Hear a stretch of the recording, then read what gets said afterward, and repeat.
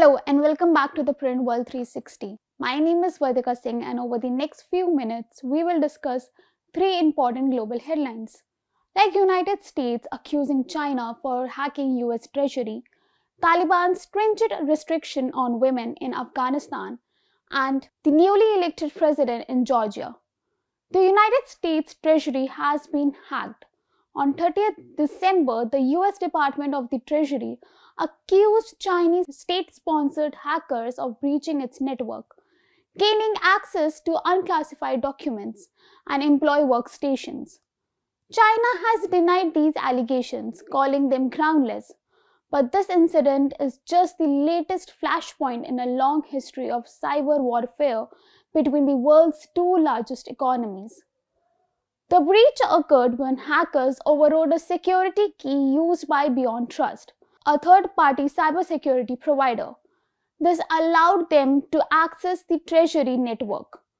As per the BBC report, Beyond Trust detected unusual activity on December 2nd, but confirmed the hack 3 days later. The Treasury Department labeled the attack a major cybersecurity incident and assured that there is no evidence the hackers still have access. Investigations are ongoing with support from the FBI and the Cybersecurity and Infrastructure Security Agency. A spokesperson for the Chinese embassy in the US, Liu Pengyu, denied the department's allegation. He said, and I quote, "We hope the relevant parties will adopt a professional and responsible attitude when characterizing cyber incident, basing their conclusion on sufficient evidence rather than unfounded speculation and accusation. The US needs to stop using cybersecurity to smear and slander China and stop spreading all kinds of disinformation about the so-called Chinese hacking threats." The alleged hacking comes weeks after Beijing accused Washington of carrying out two cyber attacks on Chinese technology firms. This isn't the first time cyber attacks have made headlines. Both nations have traded accusation for years. As digital technology advances, so does the sophistication and frequency of these attacks. In 2023 alone, cyber attacks worldwide increased nearly sevenfold compared to 2014. Why are these attacks happening? Cyber attacks are used for espionage, stealing trade secrets, and disrupting critical infrastructure. While some are state-sponsored, others are carried out by organized groups or individuals. Experts argue that nations like the US and China must lead efforts for global treaties to govern responsible cyber behavior, similar to arms limitation treaties during the Cold War. However, until such agreements are reached, nations must rely on their own defenses. Cyber warfare is the battlefield of the future, and the stakes have never been higher. As the US and China trade accusation, one thing is clear. Cybersecurity isn't just a technical challenge, it's a geopolitical one. Moving to Afghanistan, the country continues to witness a systematic erasure of women's rights under the Taliban regime. The latest blow? A nationwide order to dismiss all female employees working in both national and foreign NGOs. On Sunday night, Afghanistan's Ministry of Economy issued a stark warning. NGOs employing women must send them home or face losing their operation license. This extends a policy first introduced 2 years ago, justified by claims that female workers violated Islamic dress codes. Since the Taliban returned to power in 2021, Afghan women have been barred from post-primary education, restricted from public spaces, and now faces increasing barriers in the workplace. The UN has labeled the situation gender apartheid. The UN reports a troubling trend. Female humanitarian workers are being blocked from critical relief efforts. The Taliban denies that it has imposed complete ban on a women workforce, claiming nearly 9,000 women still holds work permit, a stark contrast to the growing restriction on their activities.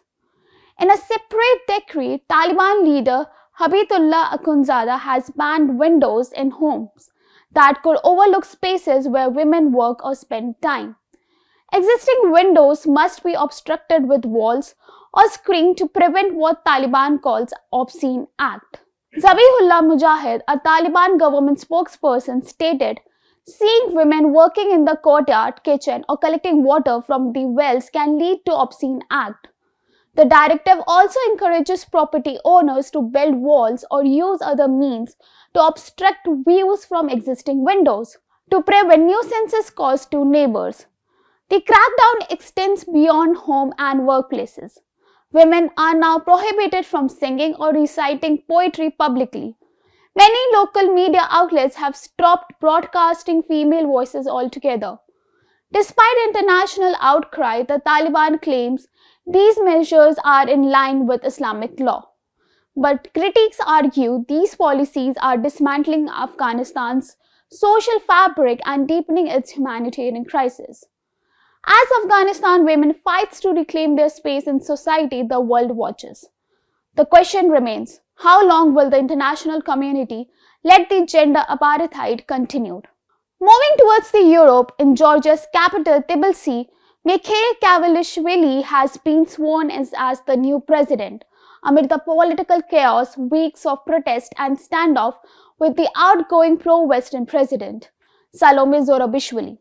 On 29 December, the 53-year-old former national footballer Mikhail Kavalishvili took the oath of office on the Bible and the Georgian constitution, pledging to serve the country interest in the midst of a political crisis.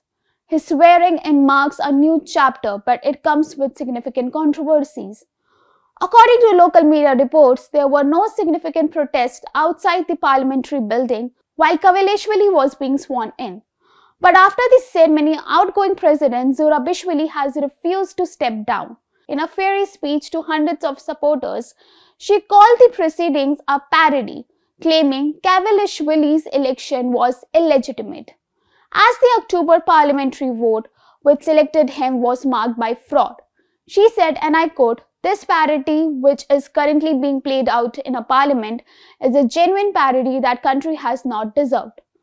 But the governing party, which controls the parliament, said Kavalishvili is the duly elected president. The protest, now in their 12th day, has been driven by Zorabishvili's pro-European stance and growing opposition to the Georgian Dream Party, which controls the parliament. Protesters are demanding a fresh election, accusing the government of steering Georgia away from its long-standing EU aspirations. The Georgian Dream Party, which dominates the parliament, insists that the October elections were fair and the Kavalishvili's election is legitimate.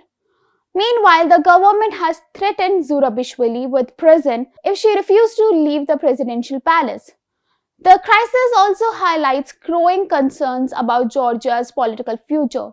Critics argue Georgian dream of moving closer to Moscow, jeopardizing Georgia's EU ambitions. This shift is causing deep divisions within the country, with many citizens still hoping for stronger ties to Europe.